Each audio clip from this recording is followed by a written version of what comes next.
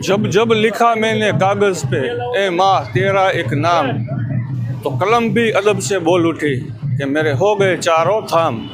નમસ્કાર, હું છું રાજેશ બુદ્ધભટ્ટી અને આપ જોઈ રહ્યા છો the press of India news.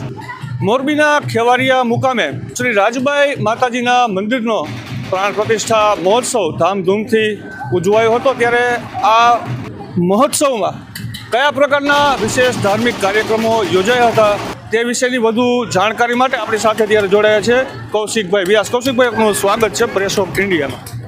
નમસ્કાર।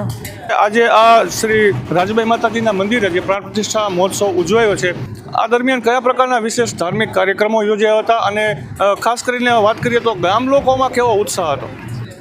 આજના જેમ કહેવાય કે ઐતિહાસિક ખેવારિયા ગામની અંદર રાજબાઈ માતાજીનું ત્રિદિવસીય પ્રાણ પ્રતિષ્ઠા મહોત્સવ અને જેમ કહેવાય કે આજે રાસ ગરબા, મા ભગવતીની મહારથયાત્રા, સાથે સાથે વધારે આનંદી છે કે જે ખેવારિયા ગામનો જે સપોર્ટ અમને મળ્યો છે, જેનો સાથ સહકાર મળ્યો છે અને સાથે વ્યાસ પરિવારે જે આનંદ ઉત્સવથી જ્યાં દિવ્ય પ્રાણ પ્રતિષ્ઠાનો અમે માહોલ આજે આનંદ કરી રહ્યા છીએ, સાથે સાથે આ ત્રિદિવસીય યજ્ઞની અંદર અમારા મુખ્ય આચાર્ય શ્રી નૈષદભાઈ ઠાકર અને સાથે અમારા ભૂદેવ પરિવાર દ્વારા જે વેદના મંત્રોચ્ચાર દ્વારા આજે આ દિવ્ય પ્રાણ પ્રતિષ્ઠા મા ભગવતી રાજબાઈની માતાજીની થાય છે।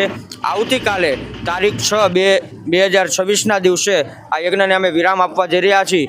તો વધારે તો કાંઈ ન કહેતા, કારણ કે જગદંબાનો જે અમારા કુળદેવીનો જે કાંઈ ચમત્કાર છે એની કૃપાથી સદાયને માટે અમારી ઉપર, અમારા પરિવાર ઉપર, સાથે આ ગ્રામજનો ઉપર રહીએ એવી અમે મા જગદંબાને પ્રાર્થના કરી છે।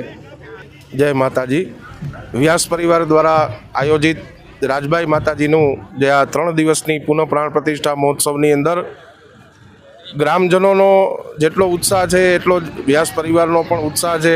માતાજી પોતાના આસન ઉપર 100 વર્ષ જૂનું આ મંદિર છે, દેવાલય જે હતું એને પુનઃનિર્માણ કરી અને માતાજીની પુનઃ પ્રાણ પ્રતિષ્ઠાની અંદર એ જ સ્વરૂપને પાછું અંદર પધરાવવામાં આવશે।